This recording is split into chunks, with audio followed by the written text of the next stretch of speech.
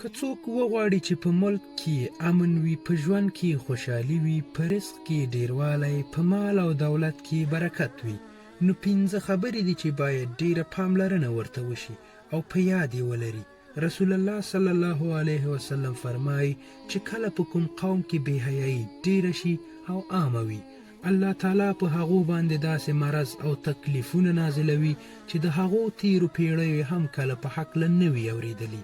او په کوم قوم کې چې په تجارت کې بېایماني وي، په تله کې زیاتی وي، په معاملاتو کې چلول وي، الله تعالی په هغو باندې داسې واکداران مقرروي چې نه یې په زړو باندې رحم کوي او نه یې په ماشوبانو باندې شفقت کوي.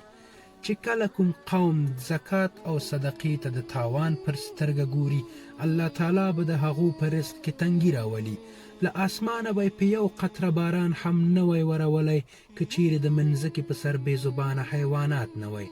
هغه چې په هره خبره دروغ وایي او د خپلې ژبې څخه ګرځي، الله تعالی به هغو د هغو دشمنانو ته ورسپاري.